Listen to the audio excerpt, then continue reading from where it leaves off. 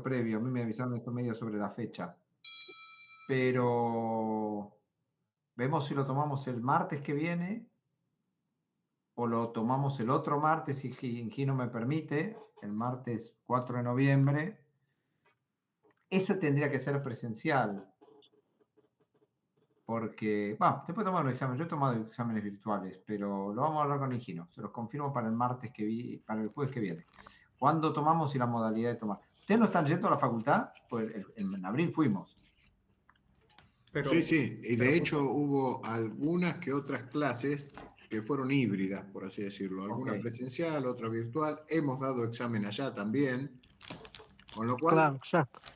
si es posible, por ahí por un tema de lectura y demás, que no sea el martes ya, el martes que viene, en una semana, sino el martes 4, también sería como, por lo menos mi voto sería más a un martes 4 que ya el martes que viene con una o dos clases nada más, ¿no? Está bien, me parece muy bien. Me parece muy bien. Sí, yo también apuntaría a lo mismo. No me fui, me agaché. Pues, bueno, este módulo son 3 clases y un examen. Es tomografía y resonancia cardiovascular.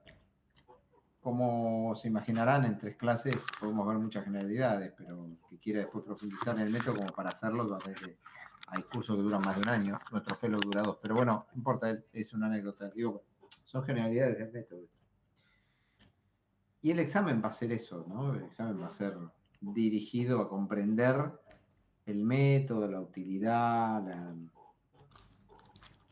aplicabilidad. No es que alguien me va a estar preguntando cuál es la técnica que yo uso de T1 para ver. Eso es el experto. Pero sí, bueno, más que nada la aplicabilidad clínica, que es el perfil que hoy ustedes necesitan, ¿no? Así que, sin más, vamos adelante, porque si no estamos esperando a nadie más, vamos a hacer, ¿sí? Pero estamos todos, profe. Estamos Por todos. eso.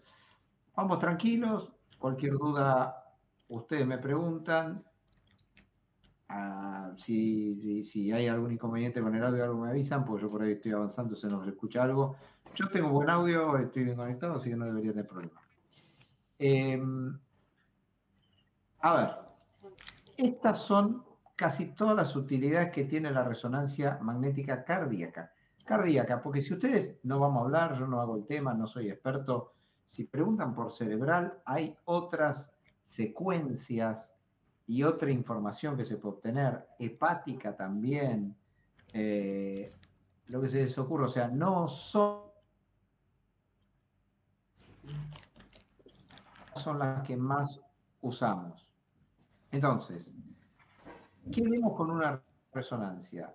Vemos el volumen y la función del corazón en movimiento. Son estudios de función en la cual podemos ver el movimiento de las cavidades y podemos definir trastorno de motilidad regional o global, presencia de disinergias, aneurismas, prolapsos de una válvula, apertura reducida de una válvula, y medir con la mayor precisión, es el método más preciso de todos, el volumen de las cavidades auriculares y ventriculares, y por lo tanto es el método de elección como gold estándar para medir volúmenes y fracción de eyección. ¿Por qué? Porque tiene muy alta resolución espacial. Acuérdense que alguna vez hablamos de resolución espacial y es la capacidad de ver 2 puntos separados. El que más resolución espacial tiene es el próximo método que veremos la vez que viene, que es la tomografía, pero el eco tiene menos resolución espacial que la resonancia. La resonancia tiene una resolución espacial mayor que el eco y un poquito menor que la tomografía. Otra cosa que podemos hacer es perfusión. Perfusión es cuando uno hace la inyección de gadolinio, así que usamos gadolinio, podemos ver cómo perfunden en los ventrículos y el miocardio y definir defectos de perfusión. Otra cosa que podemos hacer es, una vez que pasan unos 10, 12 minutos de la inyección de gadolinio, y después veremos para qué sirve, ver si ese gadolinio se lava completamente del miocardio, que es lo normal, o queda retenido en algún lugar, lo cual es patológico. Eso lo llamamos realce tardío. El gadolinio es un metal pesado que va unido a un quelante que cuando ingresa en la sangre pasa a través de la sangre por los tejidos, lo vemos entrar y eso es lo que se llama perfusión, lo vemos pasar por el corazón y después se tiene que ir, no se tiene que retener. Si queda retenido gadoliño, habla de patología y según dónde quede retenido va a ser el tipo de patología que sospechemos. Ahora lo vamos a ver en detalle. Después están las técnicas de T2 o de ponderado en T2. Hay una que es T2 weighted clásica, que es para ver agua. Entonces, en cualquier tejido, cuando ustedes tienen una secuencia ponderada en T2 y da aumento de la señal en esa secuencia, saben que hay agua. Y en el corazón, cuando vemos T2 aumentado, eso es sinónimo de edema cardíaco. Después hay un T2 ponderado en otra secuencia que es para ver hierro, que en el corazón no lo usamos mucho, pero cuando sospechamos hemocromatosis usamos secuencia de T2 para ver hierro. Después hay una secuencia que se llama tagging, que son estos cuadriculados que ven acá, a veces se usa también líneas horizontales, que lo que hace básicamente es como ver un patrón de deformación de las estructuras. Entonces, es como poner una especie de señales que los tejidos que están quietos se quedan quietas y cuando uno ve que hay movimiento, entonces se deforma ese cuadriculado. Entonces lo normal es que el corazón deforme las cuadrículas y el pulmón, las vértebras están quietas, no las deforman. Y es muy útil, por ejemplo, para ver pericarditis constrictiva, porque se puede ver cómo hay zonas adheridas al pericardio que deforman diferentes al resto. Entonces, para ver adherencias, constricción, se usa el tagging. Después hay otras secuencias que llaman velocity encoding, que son estas de acá. Yo creo que ustedes no están viendo el punterito, a ver si lo puedo activar. Ahí está. Estas secuencias de acá. Estas secuencias nos permiten a nosotros definir cómo fluye la sangre a través de las válvulas y además de ver ese flujo de sangre a través de las válvulas, nos permite medir velocidades y medir volúmenes, parecido al ecocardiograma, por otro método, pero parecido. Entonces uno puede pararse en una válvula, clásicamente la aórtica o la pulmonar, y medir cuál es la velocidad de la sangre a ese nivel, por un lado, y cuál es el volumen de sangre por ahí. Entonces uno puede calcular volumen por flujo a través de las válvulas o puede calcular volumen por diferencia de sístole y diástole a nivel de los ventrículos. Entonces uno tiene una doble forma de confirmar el volumen de una cavidad. Por ejemplo, yo puedo saber si el volumen del ventrículo izquierdo de fin de diástole es 100 y el de fin de sístole es 40, bueno, el volumen sistólico es 60 mililitros. 60 de 100 es 60%, esa es la fracción de eyección. Si yo hago un flujo en la válvula aórtica y me dice que hay un avance de 60 mililitros y 0 de reflujo, yo sé que todo coincide. Expulsa el ventrículo 60, los 60 salen por la aorta y no hay reflujo. Pero si yo, por ejemplo, pongo una señal de velocidad en la aorta y me dice, mirá, por la aorta salen 60, pero vuelven 20, entonces quiere decir que tiene una insuficiencia aórtica de 20 mililitros. ¿Se entiende cómo es? Entonces yo puedo calcular si coinciden los volúmenes, que está todo bien, y si hay diferencias, calcular los volúmenes regurgitantes de la válvula aórtica, por ejemplo, o de la válvula mitral. Por ejemplo, si yo sé que el paciente tiene insuficiencia mitral y mi volumen sistólico ventricular medido por esta volumetría me dice que se expulsan 100 mililitros, 100, pero yo pongo el flujo en la aorta y me dice que por acá se expulsan 60, me faltan 40. Entonces esos 40, si no hay ninguna otra explicación y no hay flujo para ningún otro lado más que para la mitral, van para la mitral. Porque el ventrículo expulsó 60, no me dice para dónde, pero el flujo en la válvula aórtica me dice, por acá salieron 60, perdón, el ventrículo expulsó 100. Pero la válvula aórtica me dice, mira, por acá salieron 60, bueno, entonces los otros 40 se fueron para la mitral. ¿Se entiende? De esa manera podemos calcular volúmenes y fracción regurgitante. Y después hay nuevas técnicas, no tan nuevas, hace años que están, pero más nuevas, que permite mapear las velocidades de T1 y de T2, que se llaman T1 y T2 mapping, que nos permiten a nosotros ver en la velocidad con que el miocardio se recupera de la señal de T1 o de la señal de T2, y entonces me ayuda a ver si hay fibrosis en el caso del T1 o depósitos de grasa o de hierro, y en el caso del T2 ver si hay, perdón, y en el caso del T2 ver si hay edema, parecido a este T2, pero un T2 cuantificado. Después lo vamos a ver en detalle. Bueno, ¿cómo se generan todas estas secuencias, todas estas imágenes tan complejas de entender y demás? Básicamente nosotros tenemos un montón de átomos en el cuerpo, pero el más numeroso de todos es el átomo de hidrógeno, porque nosotros tenemos un 70% del cuerpo es agua.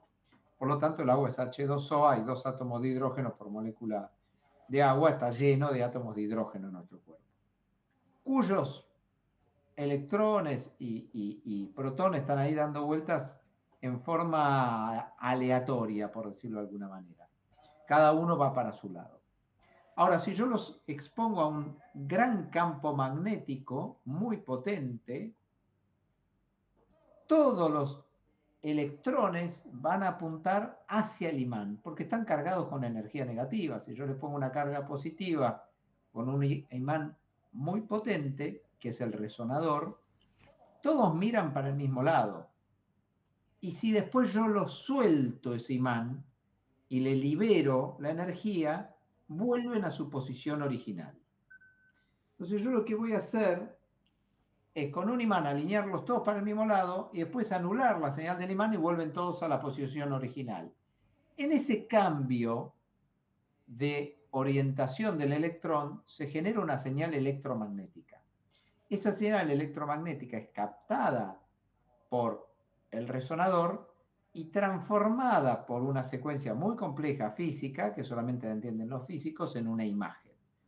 Entonces, dependiendo de la cantidad de átomos de hidrógeno que tenga el tejido, cómo estén distribuidos y cómo respondan, qué tan rápido y qué tan lento recuperen su rotación original, es que se van a generar las imágenes.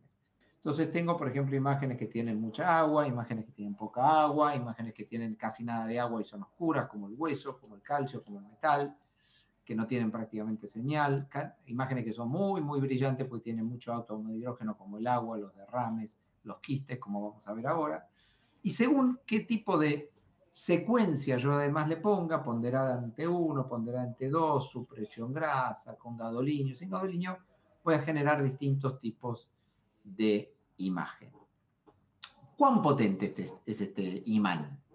¿Cuán potente? Muy potente es. Bueno, miren, el campo magnético de la Tierra tiene 0.405 tons. El imancito que usamos en la heladera para poner el delivery, para poner el a dónde llamar, tiene 001. La grúa que les voy a mostrar ahora para levantar metales de los desarmaderos de cosas tienen 1 ton. Y los resonadores tienen entre 0,5 y 3. La mayoría tienen 1,5 Tesla. O sea, ustedes, no sé si lo escucharon, ¿qué resonador tenés? Un 1,5 y un 3 Tesla. Es más potente el imán del resonador que el de la grúa que levanta metales en esta grúa. Es más potente que esta grúa.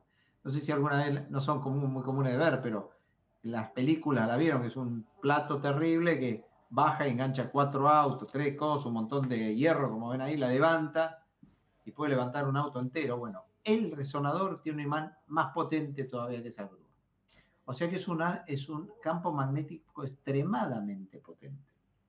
Por eso es que puede realinear los átomos de hidrógeno en una posición y después cuando anula el campo magnético todos vuelven a la posición inicial y en ese cambio de señal es que se genera la imagen. Por eso es que es tan peligroso y tantas recomendaciones se hace de si tiene alguna material que esté contraindicado entrar al resonador. Para que ustedes se den una idea, pueden buscarlo en internet, pueden buscarlo en YouTube. Hay infinidad de imágenes de gente que entró con un metal, con una bolso, con alguna herramienta y se lo chupó el resonador y le dejé el bolso pegado. Gente que ha tenido lastimaduras, sillas de ruedas que han volado hacia adentro del resonador por el campo magnético que las atrae. Está contraindicado en pacientes con implantes cocleares, con implantes cerebrales, con marcapasos no resonables, con todos materiales que pueden ser ferromagnéticos, que pueden tener alteración significativa por un campo magnético tan potente. Incluso, para que tengan una idea, los pacientes que tienen tatuajes en gran cantidad del cuerpo, no un tatuaje chiquito, pero tatuajes grandes, y en especial con tintas de color, esas tintas tienen mucho hierro, y el hierro es magnetizable, obviamente. Entonces, el paciente que tiene mucho tatuaje, tatuaje de color, cuando entra al resonador puede sentir quemazón y dolor y malestar en la piel, porque produce mucha alteración en la tinta intradérmica de los tatuajes. Así que es un campo realmente potente que logra este tipo de consecuencias, ¿no? No se puede entrar, por ejemplo, con la billetera y la tarjeta de crédito porque se desmagnetizan. O sea, ustedes entran con la billetera, salen y no pueden pagarle a nadie, esto ha pasado. Todos los que trabajamos en el resonador, cuando tenemos que entrar para ver un paciente, si tenemos la billetera la dejamos afuera. Si entran con un reloj de pulsera que no sé, que sea analógico, clásico, como pueden tener ustedes, se les descalibra totalmente el reloj. Después vuelve a funcionar, pero se altera todas las agujas. Muy parecido a lo que pasa con una brújula. Cuando ustedes ponen la brújula punta al norte, ahí les mostré, 0.405 Tesla tiene el campo magnético de la Tierra. Sin embargo, atrae la aguja de la brújula. Bueno, imagínense en 1.5, que es 100.000 veces más potente en lo que puede llegar a ser el resonador. Así que bueno, una vez que genera ese campo magnético, obtiene la imagen, como ven ahí ustedes, hace una aplicación de un pulso de radiofrecuencia, se llama excitación, alinea a los átomos de hidrógeno y después cuando los desalinea. Y esto es más o menos en qué frecuencias trabaja, para que ustedes tengan una idea, ¿no?, de qué estamos hablando. Estos son los rayos X, son de muy alta frecuencia. Los rayos X que vamos a ver después, no hoy, el jueves, cuando hablemos de tomografía, de muy alta frecuencia. La frecuencia era la repetición por segundo, ¿no? La luz que vemos nosotros, la luz y los colores son de medianamente baja frecuencia. Y las ondas de radio no las vemos, están en el ambiente, porque si uno te prende la radio y dice, ¿cómo anda esto? Bueno, hay ondas en el ambiente, pero no sé, son de muy baja frecuencia. Y la resonancia tiene más baja frecuencia que la luz, por eso no se ven, pero más que la radio. ¿Pero por qué son biológicamente seguras? Porque los rayos X y los gamma, que son de altísima frecuencia, por su frecuencia de repetición, penetran en el ADN y pueden dañar el material genético de la célula. En cambio, la luz, por supuesto, no, pero las ondas de resonancia y de ultrasonido, que acá no les estoy mostrando, menos, pues son de muy baja frecuencia, entonces no afectan en nada al ADN, no tienen una propiedad que dañe lo que dañan los rayos X y los rayos gamma, que es el material genético celular que potencialmente por su uso sostenido podrían provocar tumores. Los rayos X, la tomografía, las radiografías en exceso, por eso somos tan cuidadosos de no indicar estudios radiológicos innecesarios, y lo mismo la radiación gamma con las cámaras gamma. Esto con la resonancia no ocurre. Por eso es un método biológicamente seguro. Ustedes dicen, ¿yo le puedo hacer una resonancia a un chiquito chiquito? Sí. ¿Y a una embarazada, si no usan gadolinio? En principio sí, el gadolinio es complicado porque puede pasar la placenta, afectar el feto.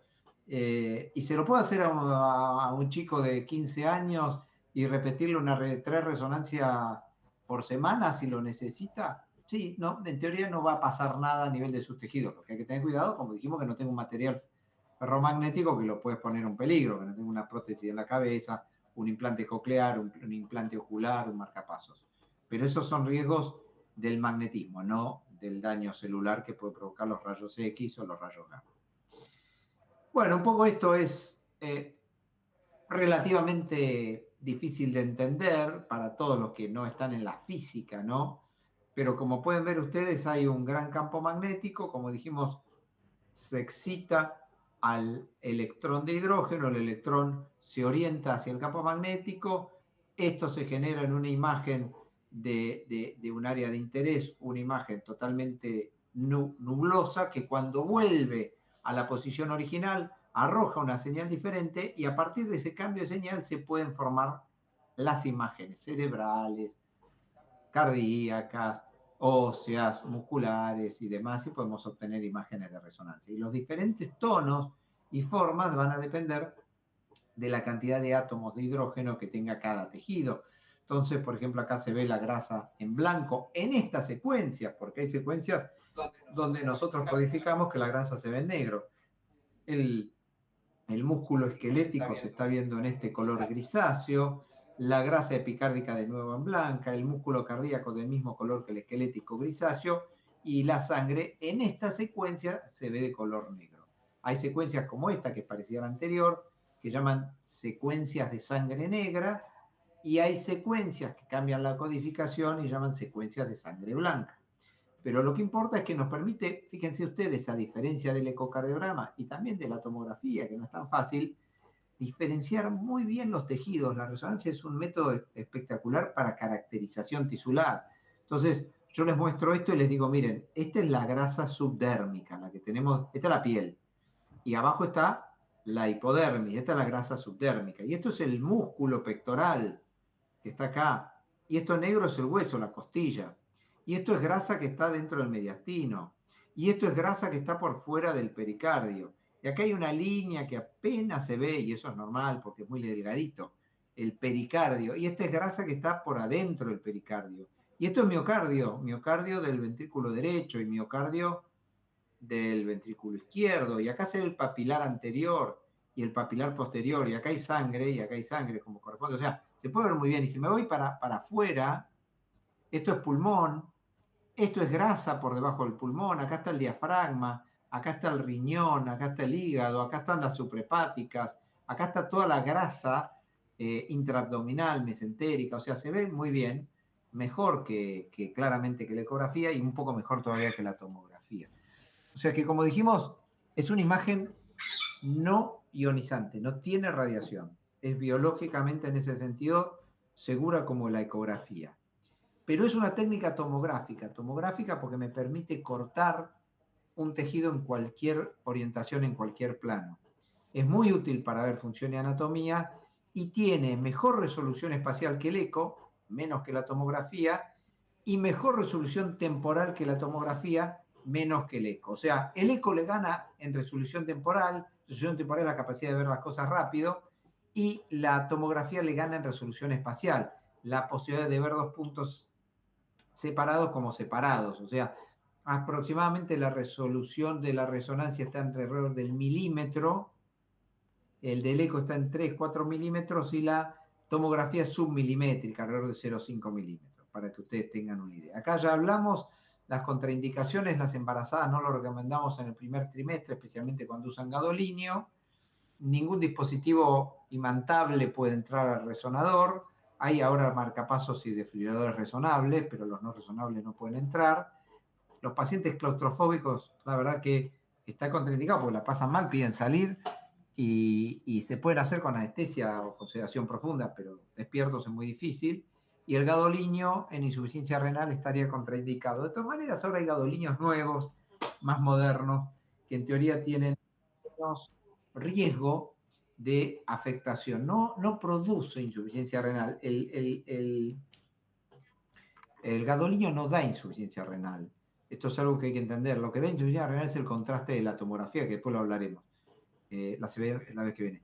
El gadolinio no filtra por el riñón insuficiente y se puede acumular en el cuerpo y da una entidad que se llama fibrosis nefrogénica, que es la acumulación de una especie de nódulos extremadamente dolorosos por el depósito de gadolinio en los tejidos que no se eliminó y que los macrófagos atacan y generan unos nódulos inflamatorios muy dolorosos que pueden provocar mucho dolor neuropático, incluso daño importante invalidante. Es una fibrosis sistémica nefrogénica, pero no da insuficiencia renal. Lo que pasa es que con un clearance de menos de 30 existe el riesgo que el gadolinio no se elimine y que se produzca esta entidad. Bueno, entonces, ¿qué hacemos con la resonancia? Generalmente hacemos primero secuencias anatómicas en T1, como yo les mostré recién, para ver toda la anatomía. Yo les mostraba recién el pericardio. Por ejemplo, miren, acá se ve el pericardio muy engrosado. El pericardio normal mide 3 milímetros. Este pericardio era normal. Este pericardio que usted me dice, ¿cuál pericardio? No lo veo. Perfecto. Si no lo ven, quiere decir que está bien. Le cuesta mucho verlo. Es esta línea pequeña de acá. Esta pequeña línea gris de acá. Bueno, entonces es un pericardio normal. Miren este pericardio. Pericardio muy, muy, muy engrosado. Esto es típico de las pericarditis constrictivas. Puedo ver bien la grasa epicárdica, extracardíaca, el miocardio, las coronarias. No es para ver anatomía coronaria. La tomografía es el método para ver anatomía coronaria. Pero se ven las coronarias ahí. Después puedo hacer una secuencia T2 y ven cómo la señal normal es gris, pero si hay una zona de edema, se ve esto blanco de acá, que habla de que esa zona, algo le pasó en la cara inferior al corazón, porque está todo bien, todo gris acá, pero acá tiene una señal de alta intensidad en la secuencia T2, tiene agua, tiene edema miocárdico, puede haberse un infarto esto. Después puedo hacer cine para ver la contractilidad, puedo hacer perfusión, y después puedo hacer realce tardío, y el realce tardío tiene que ser negativo, el miocardio tiene que ser negro, el gadolinio se ve blanco, no tiene que haber gadolinio a los 10 minutos. Acá esto es todo normal, el miocardio negro, y acá tengo mucho acumulación de gadolinio a los 15, 20 minutos. Eso no es normal. Entonces algo pasa en la cara inferior del corazón. ¿Qué pasó acá en la cara inferior? Bueno, como tengo un realce que está en el subendocardio, en una zona donde está irrigando una coronaria, porque anatómicamente es la cara inferior, ese patrón de realce subendocárdico en territorio coronario es compatible con un infarto de miocardio. Entonces, cuando yo veo realces subendocárdicos localizados en zonas coronarias, esos son infartos de miocardio. Después veremos otros patrones de realce. Entonces, como dijimos, es una técnica muy, muy versátil y que me permite cortar el corazón desde la punta hasta la base o desde la base hasta la punta en ejes cortos, como ven acá. Entonces puedo obtener los mismos cortes que el eco: 4 cámaras, 2 cámaras, 3 cámaras, eje corto. Puedo cortar así, obtener el ventrículo derecho. Puedo cortar en infinidad de planos. Y el eje corto, al tener muchos ejes cortos, yo después puedo medir el volumen de cada uno de estos ejes cortos y sumarlo, y tengo el volumen ventricular derecho o izquierdo completo. Y por eso es una técnica en medir volúmenes, porque es el gold estándar para medición de volúmenes ventriculares izquierdos y derechos. Tanto es así que tiene la máxima reproducibilidad y es la técnica de la fracción de eyección cuando hay duda de la fracción de eyección. Así es como se mide, ejes cortos desde la base hasta la punta, tanto del ventrículo izquierdo como del ventrículo derecho. ¿Qué es el gadolinio? Como yo les comentaba, el gadolinio es un metal pesado que se une a un quelante, que es el DTPA. Ahora hay algunos otros gadolinios, y no entra en la célula, no puede entrar en la célula, es muy grande. Entonces va al intersticio. Entonces, como concepto, el miocardio normal, el miocardio de las personas normal, esto yo ya lo he dicho, que está contraindicado en insuficiencia renal, ahora eso está en revisión, pasa el gadolinio por toda la sangre, por toda la cavidad ventricular derecha, después por la izquierda, y el miocardio se pone blanco porque entra en la sangre que hay en el miocardio, por las arterias coronarias, las arteriolas, perfunde todo y se va, se lava y desaparece. No tiene que quedar miocardio retenido, el gadolinio retenido en el miocardio. En cambio, cuando yo tengo una cardiopatía isquémica o tengo un infarto, queda retenido gadolinio en esa zona afectada del miocardio. Como pueden ver, se elimina después de una hora, pero a los 10 minutos, cuando todo el miocardio normal eliminó el gadolinio, el miocardio infartado retiene gadolinio. Entonces, yo tengo, por ejemplo, esta secuencia en donde veo todo este miocardio negro, normal, y toda esta zona blanca que después de 10 minutos retiene el gadolinio. Debería estar negra como esta. Y entonces, ¿de qué me habla esto? Que hay una cicatriz en toda la región de la cara anterior y del septum anterior y un poco del septum posterior, que es en el subendocardio, y esto es compatible con un infarto de miocardio de la descendente anterior. Acá lo pueden ver muy bien, cómo está adelgazado en una secuencia de cine. Este es el espesor normal y este es el espesor adelgazado. y cómo está blanco a los 10 minutos, lo cual no es normal. Lo que está blanco está muerto en esta imagen, y lo que está negro es normal. Por lo tanto, negro es tejido viable y blanco es tejido necrótico. Así es como hacemos la viabilidad por resonancia. Y según el patrón de distribución del gadolinio, es que nosotros podemos saber si responde a cardiopatía isquémica o a otra cosa. Por definición, la cardiopatía isquémica es cuando hay un realce de gadolinio subendocárdico o transmural en una región coronaria. Por ejemplo, si yo tengo gadolinio en toda esta zona de acá, te digo, mira, este es el territorio de la circunfleja, infarto lateral. Ahora, si yo tengo gadolinio en parche por todo lado, a nivel subendocárdico, digo, mira, o tiene múltiples infartos o esto no es coronario, porque punteado de gadolinio por todos lados no es una zona de infarto. Entonces los patrones de infarto habitualmente son así. Perdón. Zonas subendocárdicas o transmurales que coinciden con un territorio coronario. En cambio, hay un montón de otros patrones que llamamos no isquémicos. O sea, este es el típico patrón isquémico necrótico, que decimos, mirá, cuando vos tenés gadolinio subendocárdico o transmural en una zona coronaria, en principio es un infarto. Ahora, si el gadolinio es subendocárdico pero difuso en todo el miocardio, en toda la zona, bueno, eso no es un infarto en principio. Entonces hay 2 o 3 cosas que pueden dar gadolinio subendocárdico difuso. Una es muy conocida, ustedes la van a ver cada vez más, es la amiloidosis cardíaca. Da un patrón subendocárdico difuso muy importante, mucho gadolinio da la amiloidosis. Después lo vamos a ver algún ejemplo. El otro patrón que puede dar eso es la artritis reumatoidea. Da un patrón de realce subendocárdico, pero sin distribución coronaria, difuso de todo el corazón. Otro es el rechazo de trasplante cardíaco. El paciente trasplantado cardíaco que tiene un rechazo puede tener un patrón subendocárdico difuso. Después hay patrones regionales no subendocárdicos, muchas veces subepicárdicos, o sea, al revés.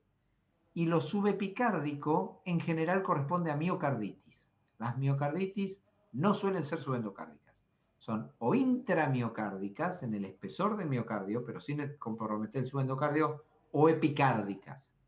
Y después hay algunos patrones intramiocárdicos puros que pueden ser miocarditis o que pueden ser miocardiopatías genéticas. Y lo característico de algunas miocardiopatías dilatadas y algunas hipertróficas tienen patrones intramiocárdicos en las hipertróficas, especialmente en la zona de hipertrofia. Fíjense, este corazón tiene los papilares negros, el miocardio negro y no se ve gadolinio en ningún lado. Esto es normal. Uno inyecta el gadolinio, ve que pasa por el ventrículo, pinta la pared rápido, se lava y a los 10 minutos no queda gadolinio en ningún lado. No tiene que haber realce de gadolinio. Los realces tardíos de gadolinio son patológicos. Si son subendocárdicos o transmurales con distribución coronaria, es por un infarto. Si son intramiocárdicos, pueden ser una miocardiopatía o una miocarditis. Si son subepicárdicos, suelen ser miocarditis. Y si son subendocárdicos, pero sin distribución coronaria, todo difuso, puede ser amiloidosis, artritis reumatoidea, rechazo de trasplante. ¿Por qué ocurre esto? Bueno, porque este es el miocardio normal. El miocardio normal es un miocardio muy compacto, de mucho miocito, donde el intersticio ocupa el 25% aproximadamente, el otro 75% es miocardio. Y yo les comentaba, y vuelvo un minuto para atrás, que el gadolinio es un metal extracelular, no puede entrar en la célula, no entra. Por lo tanto, en un tejido normal, el gadolinio pasa y se elimina, no queda retenido. Cuando queda retenido es porque algo le pasó al intersticio. Entonces, si hubo un infarto agudo, en donde hay edema, porque hay ruptura de células miocárdicas, se rompen y se genera todo ahí un infarto hemorrágico, edema, el gadolinio se queda retenido en esa zona. Y si hay un infarto crónico con fibrosis, aumenta el tejido intersticial y queda retenido gadolinio. Entonces el gadolinio es sinónimo en agudo de edema y en fases crónicas de cicatriz. Y según donde esté la cicatriz, como yo les comentaba, sabemos a qué corresponde. Si la cicatriz es subendocárdica con distribución coronaria es un infarto, si es intramiocárdica puede ser miocarditis o miocardopatía, si es subepicárdica suele ser miocarditis, si es subendocárdica difusa puede ser amiloidosis, arritmia reumatoide, rechazo de trasplante. ¿Qué es el T1 mapping? Porque viene de la mano del gadolinium. Bueno, el T1 mapping es una técnica que, como su nombre lo dice, es mapeos de T1. ¿Qué es el T1? Es una señal de la resonancia que tiene determinados códigos de velocidad. Entonces, lo que va a hacer el resonador es aplicar diferentes secuencias y ver cuánto tarda en relajar el electrón, el electrón de hidrógeno. Y va a hacer ese mapeo. Y el miocardio normal tiene una señal de T1 determinada entre 900 y 1000 milisegundos. Cuando tiene una señal mucho más aumentada de eso, habla de o fibrosis o amiloide. Y cuando está muy disminuida, puede estar hablando de grasa, depósitos grasos o de depósitos de hierro. Entonces, nosotros en función del mapeo de T1 podemos también saber si ese miocardio tiene respuesta normal, si está disminuida, que sugiere que hay un depósito de hierro o grasa, por ejemplo en el Fabry, o si está aumentada, lo cual nos sugiere que hay o amiloide o infarto o edema o algo en el miocardio. Entonces, por ejemplo, estos son diferentes formas de ver infartos con la medicina nuclear y con la resonancia. La resolución espacial de la resonancia es muchísimo mejor que la medicina nuclear. Por eso es que se recomienda mucho para ver infartos, porque el PET tiene 7 milímetros de resolución espacial, el SPECT cardíaco tiene 10 y la resonancia tiene entre 1 y 2 milímetros. O sea, un infarto muy chiquito se puede pasar por alto en las técnicas de medicina nuclear y se ve muy bien en la resonancia. Acá tienen un infarto inferior en el SPECT, un infarto inferior en el PET, y fíjense qué lindo y qué claro que se ve en la resonancia, ¿no? Entonces, ¿para qué usamos la resonancia? Usamos mucho en la enfermedad coronaria para ver viabilidad, para ver volúmenes, para ver función. Por ejemplo, lo usamos si alguien dice, che, mira, este señor tiene un infarto hace 5 años, le hicimos un eco, la fracción de eyección me da 32. 32, bueno, tiene menos de 35, necesita un desfibrilador en prevención primaria y hacerle un arrezo. ¿Por qué? Porque el eco tiene una variabilidad de hasta 10 puntos absolutos en la fracción de eyección. Cuando decimos 32, por ahí tiene 22, menos 10, ¿no? Por ahí tiene 27, pero por ahí tiene 37. Bueno, confirmemos. Entonces uno le hace una resonancia para confirmar esa fracción de eyección. Y entonces uno puede ver la zona de infarto y fíjense qué bien que se ve en la zona de infarto, ¿no? Lo negro es lo sano, y fíjense cómo acá está todo sano hasta acá. Acá empieza a ver un infarto subendocárdico anterior, que el epicardio está respetado, está comprometido el subendocardio. Acá ya casi no queda, y acá está todo transmural porque no le queda tejido sano. La punta está toda infartada, lo mismo que lo apico inferior. En cambio acá, en lo anteroapical, queda un poquito de banda negra normal en el epicardio, y acá en lo anteromedial queda medio epicardio normal. Fíjense qué bien que se ve el infarto, todo lo blanco es infarto, uno puede medir eso, puede cuantificar en gramos la cantidad de gramos de infarto que tiene ese paciente. Eso tiene valor pronóstico para remodelado, para viabilidad, para mortalidad, para todo. O sea que lo usamos mucho en enfermedad coronaria. Este es un paciente que había venido con una insuficiencia mitral severa y no quedaba muy claro el mecanismo.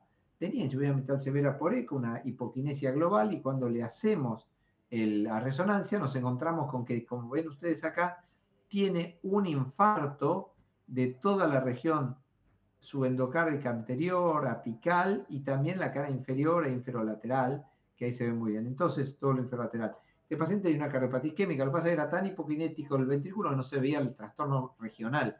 Recién nos dimos cuenta cuando el gadolinium nos mostraba los infartos del territorio de la DA y el infarto del territorio de la circunfleja, ¿no? Miocardiopatía dilatada también se usa mucho para ver si podemos aproximar al origen de la miocardiopatía dilatada. Y miocardiopatía dilatadas que, además de medir volumen y fracción de eyección, nos permiten saber si tienen gadolinium, lo cual eso tiene un valor pronóstico adicional. Cada vez que tienen gadolinium tienen peor pronóstico, o si no tienen gadolinium, que tiene un pronóstico un poquito mejor la miocardiopatía dilatada sin gadolinium, ¿no? Esto es un paciente que vino con un aneurisma apical y cuando lo estudiamos nos dimos cuenta que era compatible con un aneurisma chagásico. Fíjense que no tiene una clara distribución coronaria. Fíjense qué bien que se ve la zona aneurismática fibrótica Y sí, efectivamente le hicimos la serología y este paciente tenía una serología positiva para Chagas. Acá hay otro ejemplo, este paciente vino con un electrocardiograma normal y fíjense cómo el ecocardiograma no definía mucho, porque tiene toda una hipertrofia muy marcada en la región apical, pero el eco no lo veía bien, el eco no ve bien la punta. Y la región apical, el inferoseptal, el anterobasal son zonas que se ven mejor en resonancia y es una indicación la resonancia en miocardiopatía hipertrófica. Para confirmar el diagnóstico cuando hay dudas, para ver el verdadero espesor del músculo, porque eso tiene valor pronóstico en muerte súbita, para ver el gadolinio, y fíjense que tiene muy poco gadolinio a nivel basal y medio, donde no hay hipertrofia, pero la región apical tiene gadolinio, tiene esa zona blanca intramiocárdica propio de las miocardiopatías hipertróficas. Y acá tenemos otra miocardiopatía hipertrófica, pero la punta acá está bien. Lo que está comprometido, como ven ustedes, es el septum anterior y el septum posterior, es decir, es una miocardiopatía hipertrófica septal. Y casi no tiene gadolinio en la base, pero miren el gadolinio intramiocárdico que tiene ahí inferoseptal medial, no tiene en la punta, ¿no? O sea, ahí se ve bien el gadolinio. Todo esto es propio de la miocardiopatía hipertrófica. Y miren lo que es una amiloidosis, ¿no? Un ventrículo que suele ser muy grueso, espesores aumentados, aurículas grandes, como suele tener la amiloidosis. La amiloidosis tiene agrandadas las aurículas porque es una cardiopatía restrictiva, el espesor muy aumentado, pero el electro suele tener microvoltaje. Y cuando le hacemos gadolinio, tiene gadolinio en todos lados. Es subendocárdico, pero es transmural. Y entonces ustedes me dicen, entonces subendocárdico, transmural, infarto. No, mirá, infarto no puede ser. Tiene todo el corazón reemplazado con gadolinio. ¿Ven? Septum, pared lateral, pared inferior, pared anterior. Esto no es un territorio coronario. Pared posterior, aurículas, ventrículo derecho, todo blanco. Bueno, esto es típico de la amiloidosis cardíaca. Por eso el patrón subendocárdico difuso con compromiso de todas las cavidades no es infarto, sino más categórico de amiloidosis. Este es un chico joven que vino con dolor de pecho, troponina positiva, le hicimos una conografía que no tenía nada, y cuando le hacemos la resonancia, porque parecía un minoca, un infarto con coronaria sin lesiones, el chico había tenido dolor típico, cambios en el electro, coronarias normales, como 1000 de troponina. En la resonancia no se ve nada, pero le hacemos las secuencias de edema y nos encontramos con que toda la pared lateral está muy blanca, parece tener edema a ese nivel, y cuando le hacemos las secuencias de gadolinio vemos que toda la zona posterior y lateral está blanca, a diferencia del septum que está negro. ¿Ven esta línea blanca ahí?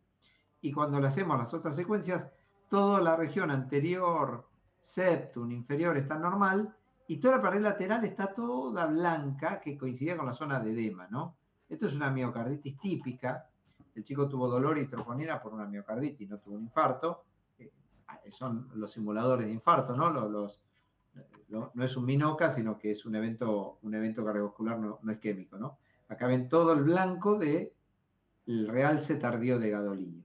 También sirve mucho para ver tumores. Este paciente vino por una eco para hipertensión, le hicimos un trastorácico, nos encontramos una masa en el ventrículo derecho, le hicimos el transesofagio de este, que se ve esta masa acá en el ventrículo derecho, y cuando le hacemos la resonancia nos encontramos efectivamente que tiene una pequeña masa en el ventrículo derecho, y con las secuencias de caracterización tisular vemos que es hiperintensa en T1, es muy hiperintensa en T2, quiere decir que tiene mucha agua, y con el gadolinio realza mucho, y estas señales son típicas de los fibrolastomas. Acá está la pieza quirúrgica, lo operamos, le sacamos el fibrolastoma del ventrículo derecho. Entonces, como ven, tiene esta señal muy positiva. Fíjense cómo se distingue del miocardio, ¿no?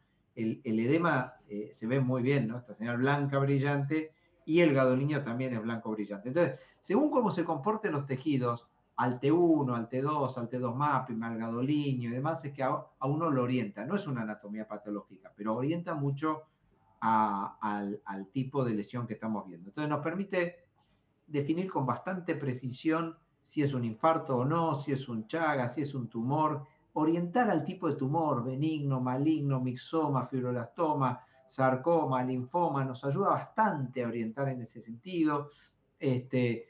Las valvulopatías podemos cuantificar podemos cuantificar muy bien los volúmenes y la fracción regurgitante. Acá, por ejemplo, este era un señor que vino porque le vieron un tumor en la aurícula derecha. Efectivamente, fíjense que tiene todo esto en la aurícula derecha totalmente anormal, está la mitad de la aurícula comprometida. Pero cuando le hacemos la secuencia de grasa, vemos que la señal de esto es igual que la de la grasa del mediastino y del tórax. Entonces le hacemos una señal de anulación grasa o supresión grasa, es decir, seteamos el resonador para que la grasa no dé señal, y así como se anula la señal de la grasa del tórax, se anula la señal de la masa. Y después le hacemos un cine y vemos que esto está en la pared. O sea, esto era un lipoma o infiltración lipomatosa extendida del septum a la pared posterior de la aurícula. No hay que hacer nada con esto, a veces es arritmogénico nomás. O sea, es grasa en exceso en el septum interauricular y en la aurícula derecha.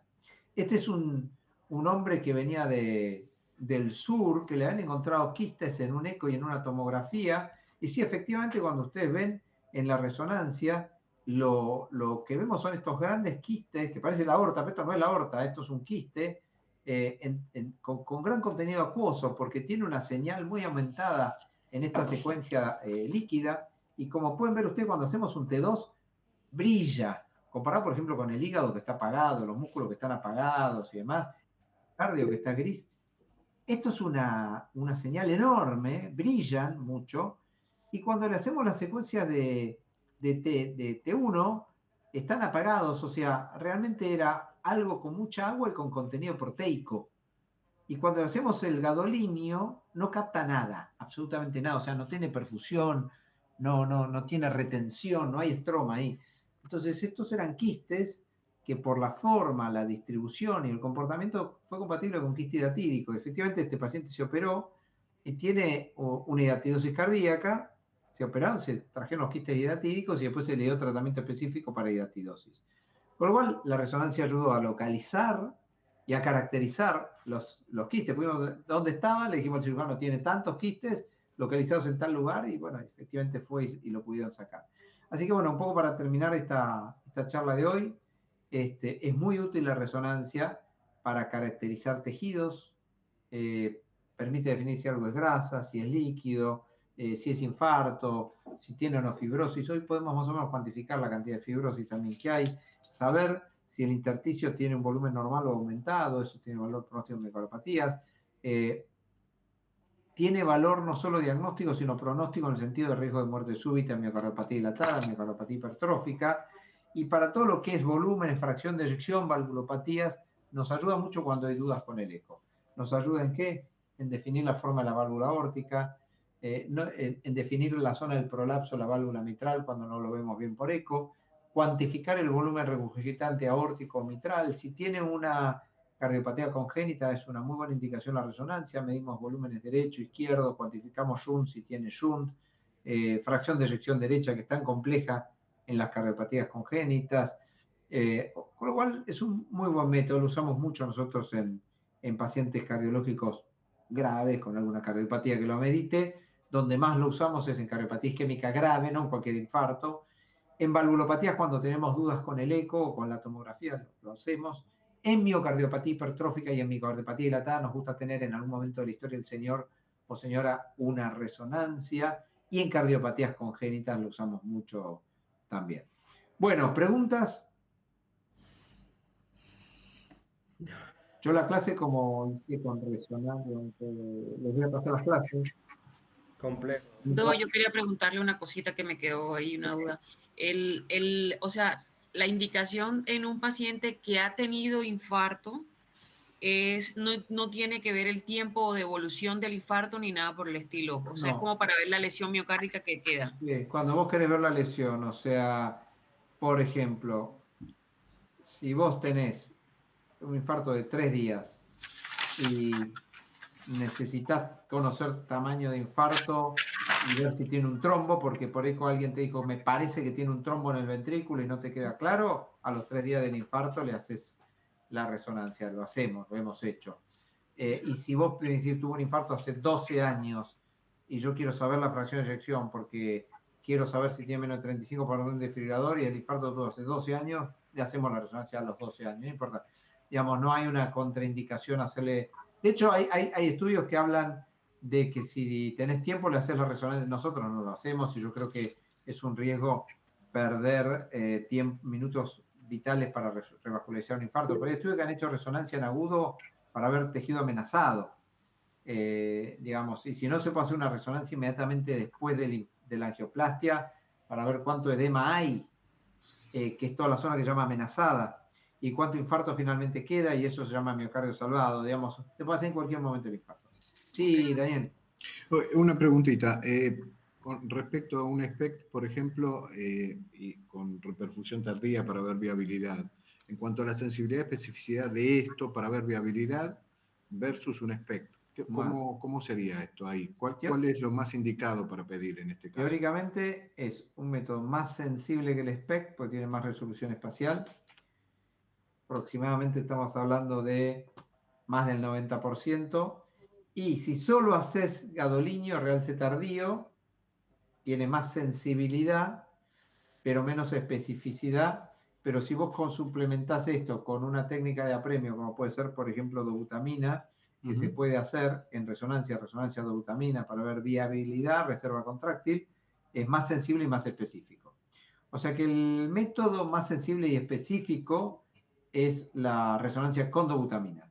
Si solo haces resonancia con gadolinio, pero no haces apremio, tenés sensibilidad mejor, pero no mejor especificidad. Y respecto del PET,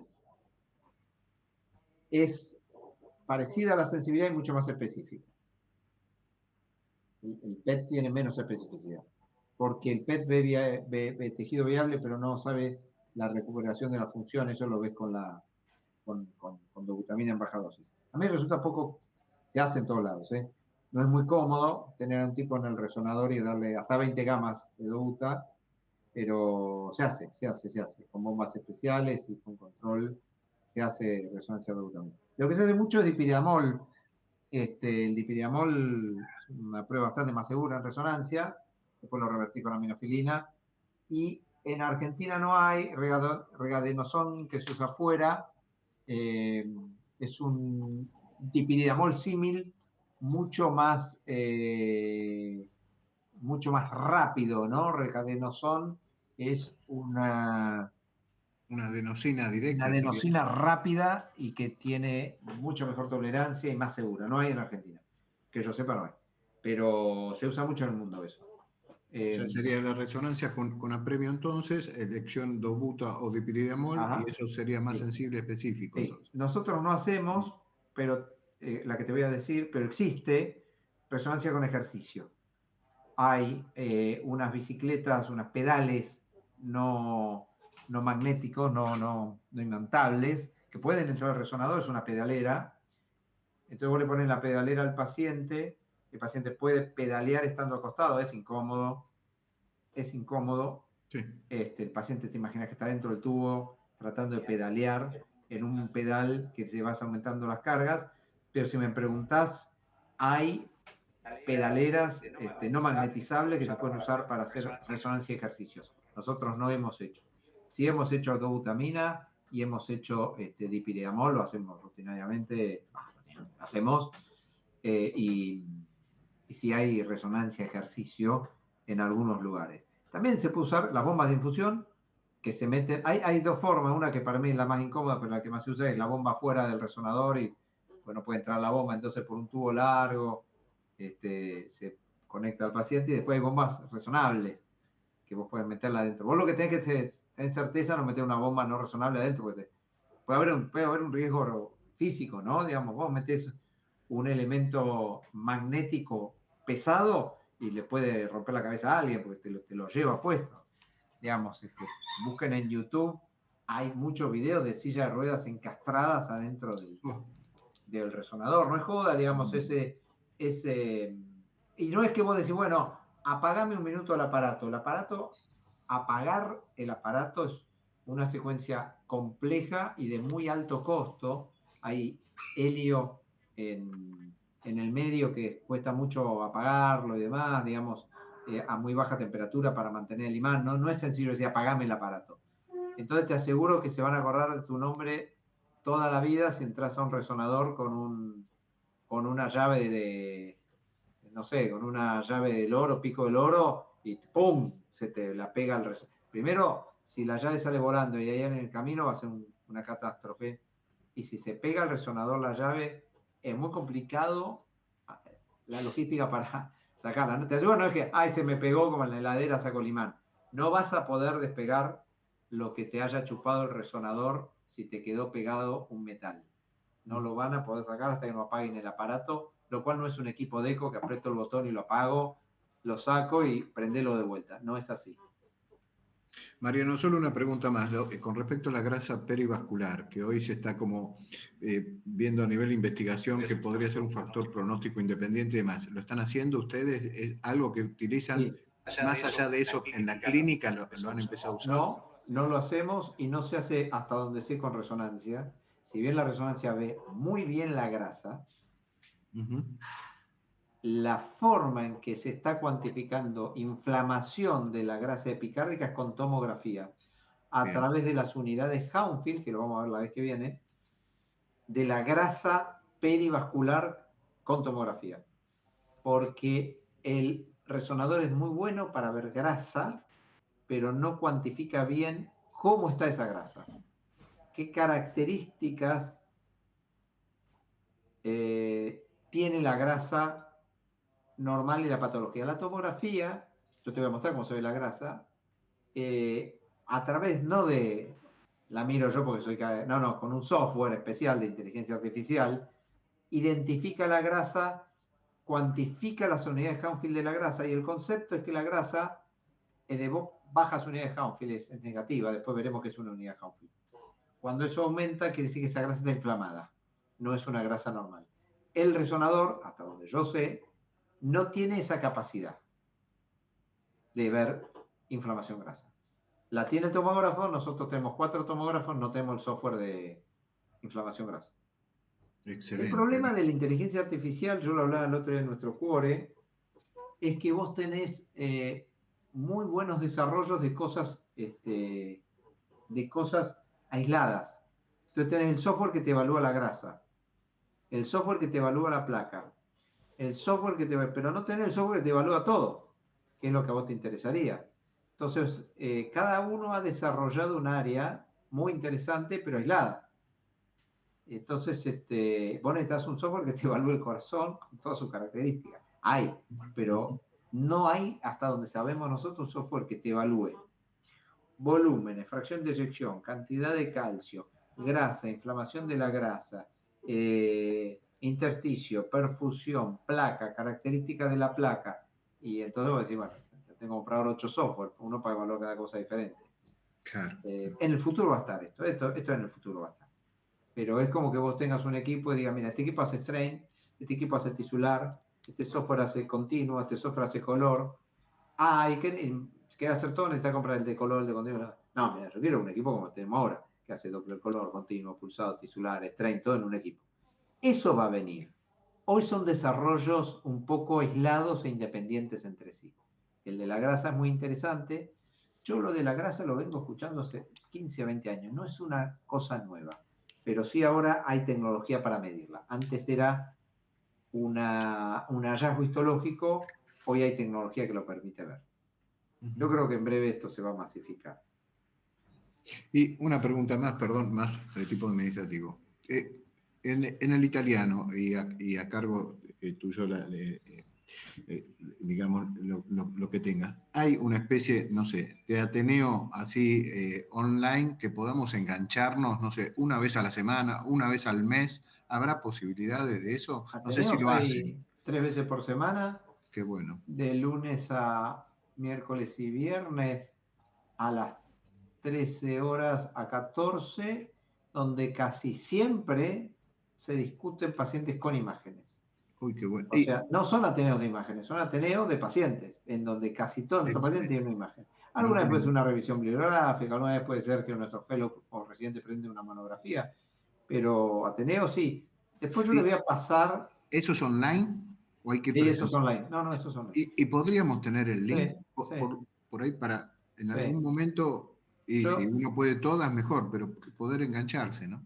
Yo después les paso el link. Generalmente las Buenísimo. reuniones son lunes, miércoles, viernes a las 13. Pues decía, bueno, en todo caso me pasen el mail, porque lo más fácil es que yo les pase el mail a la gente que organiza esto y lo meten en la cadena de mail, así ya les llega. Y el que quiere se conecta, el que no, no. ¿Te podemos pasar al grupo los Y mails de pasar al cada grupo uno? los mails, Sí, pasar al perfecto. grupo los mails, el que quiere se conecta, el que no, no, nadie pregunta que se conecte, nadie toma lista, digamos. Alguien puede Sí, es conectarse una vez interés, por año. el que le interesa, digamos, y el Sí, que puede, lógico. sí. Perfecto. Algunos se graban y después se suben diferido. Los pueden ver en la página de YouTube nuestra del hospital. Busca el servicio de cardiología, Instituto de Medicina Cardiovascular. Hay Ateneos subidos. En Instagram también tienen Ateneos viejos. Pero el Ateneo en vivo, que incluso pueden preguntar, Eso. eso es Bien. el mañana a la 1. Ahora después me Buenísimo. fijo si Ah, me pasan esto, se lo paso a los ahí yo lo paso, organizadores y que los por lo incluyan en menos la al cadena de grupo, mail. te paso ahora en un ratito, sí, cómo no. Sí, yo después les paso, esta noche llego y les paso las charlas, esta y las dos que siguen. Que sigue tomografía, digamos, no hay mucha ciencia, eso. Tomografía es un poco más fácil, me parece a mí. Mariano, ¿y bibliografía más allá del Brandwall? Y mirá, es difícil porque, digamos, la bibliografía es muy específica, Uh-huh. ¿no? O sea, tenés una bibliografía que habla de tomografía para tomografistas, bueno, todo lo que quieran, pero me parece que para una cursada no da. Uh-huh. Yo iría en esta etapa de la formación de ustedes, que están en un Uh-huh. curso básico de cardiología, Uh-huh. Brandwall, Topol, algunos de los libros de cardiología clásicos. Bien. Porque lo que busquen va a ser muy ya profundo. muy avanzado y muy específico de algo. Van a tener la secuencia de tal cosa para muy avanzado. Se van a frustrar, me parece a mí. Bien. Pueden agarrar las guías de resonancia y tomografía que hay de la Sociedad Americana de Resonancia Cardíaca, la SSMR y SCCT. Ahí están las guías. Habla muy específico, pero bueno, es una guía de cuándo pedir, de cómo hacer, pero que yo. Puede ser. Lo que pasa es que está la guía de cómo hacer un TAVI, cómo medir un TAVI. Por eso se meten muy en lo específico de vuelta, ¿no? Uh-huh. Una guía de entender tomografía base, yo iría a Brandwall, a Topol, un concepto muy inicial, ¿no? Buenísimo, gracias. Doc, ¿cómo podrían ser las preguntas de resonancia magnética que nos haría usted? Clínicas, podría ser si un paciente tiene una quinesia de cara inferior y en el realce tardío se ve compromiso subendocárdico de gadolinio, eso corresponde a una amiloidosis, a una miocardiopatía hipertrófica, a un infarto o un mixoma. Bien. Si me pones infarto, está todo bien. Y así, digamos, en realidad es... no te voy a andar preguntando cosas muy técnicas, porque no es la idea, digamos, en realidad la aplicación, ¿no? Digamos, De lo que hablamos, de lo que usted nos... Sí, si yo te digo que el volumen de fin de diástole es 110 y el volumen de fin de sístole es 30, 80 mililitros de volumen sistólico, y te digo que por la aorta salen 60, ¿cuál es el grado de insuficiencia mitral? Tienes que agarrar la calculadora. Si salen 80 y 60 por la aorta, la diferencia es 20, que sí que el ventrículo expulsa 80, 60 para adelante, 20 para atrás. Así como... no sé, ¿no? Se me van ocurriendo cosas que uno ve en la práctica de todos los días. Digamos, si el gadolinio tiene valor pronóstico o no, por verdadero o falso. Siempre tiene valor pronóstico malo. En realidad no hay que tener gadolinio, digamos, ¿no? Tardío. Lo típico es la distribución del gadolinio. Me parece que eso es lo más útil. Pericardio, epicárdico, miocarditis, intramiocárdico, miocardiopatía, subendocárdico difuso, amiloidosis y demás, subendocárdico regional coronario, infarto. Si yo te digo que un paciente tuvo un dolor de pecho de 20 minutos, troponina limítrofe y tiene gadolinio negativo y edema negativo, el hallazgo es normal, infarto, bueno, normal. Esas preguntas, para entender que es normal y no, porque a vos te va a llegar el informe. O sea, yo te voy a hacer la pregunta de lo que el cardiólogo de consultorio cuando recibe tiene que entender. Porque yo le pongo al tipo que tiene gadolinio subendocárdico en cara inferior, después le pongo compatible con infarto de miocardio. Vos tenés que entender que te estoy hablando de infarto.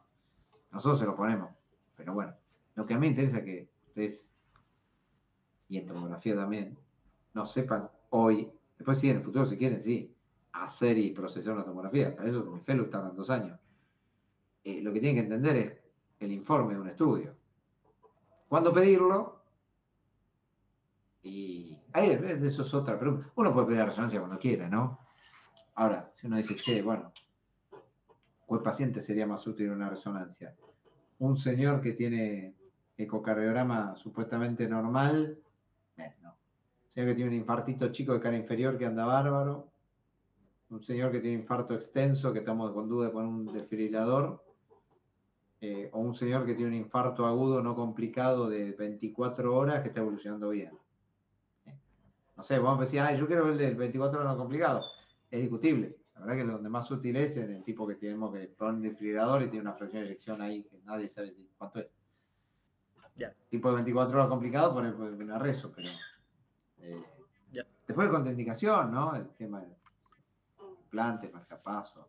El gadolinio, yo lo pongo entre paréntesis, porque es una contraindicación, pero hoy hay contrastes muy nuevos y las guías te dicen, bueno, mira, si necesitas hacerlo, el gadolinio hacelo. Como te dicen, trata de no hacerlo, pero antes era no se puede y ahora es, bueno, si esto es importante para el diagnóstico, usar el gadolinio en una dosis baja y el gadolinio más moderno que teóricamente no tiene, acuérdense, no es nefrotóxico, no es nefrotóxico el gadolinio.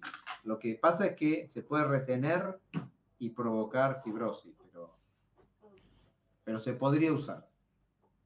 Ya nos quedó bastante claro. Más o menos nos hicimos una idea, compañero que a mí. Bien. Gracias, doctor. Bueno, bien. Nos vemos el jueves a las 4, a las 18. Perfecto. Yo les voy a pasar más tarde las clases. Tomografía. Vale. Yo tomo. Tranquilos. No pasa nada. Creo que ya vieron, tomo conmigo en anatomía, no es muy complicado. Sí, no dio una buena idea en ese momento.